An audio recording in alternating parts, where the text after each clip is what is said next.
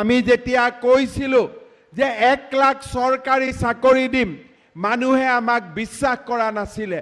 কিন্তু আজি এটাও হাইকোৰ্ট কেছ নোহোৱাকৈ আমি অসমৰ দৰিদ্ৰ জনগণক এটা টকাৰো ঘোষ কাকো খাব নিদি আজি 1 লাখ চাকৰিৰ আমি নিযুক্তিৰ ব্যৱস্থা কৰিব পাৰিছোঁ।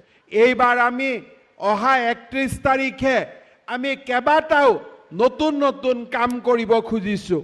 আমাৰ কলেজত MA MSc পঢ়া ছাত্ৰ ছাত্ৰীসকলক ঘৰৰ পৰা কলেজলৈ যাতে অহাত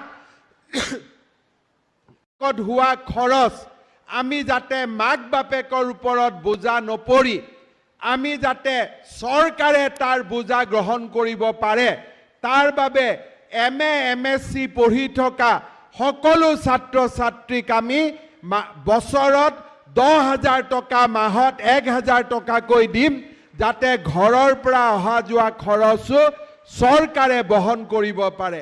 হোষ্টেলত থকা মেছ ডিউজৰ বাবেও চৰকাৰে এইবাৰ পুঁজি দিব। ডিগ্ৰীত পঢ়া ল'ৰা ছোৱালীৰ টেক্সট বুক কিনাৰ বাবেও আমি পুঁজি মুকলি কৰি দিম।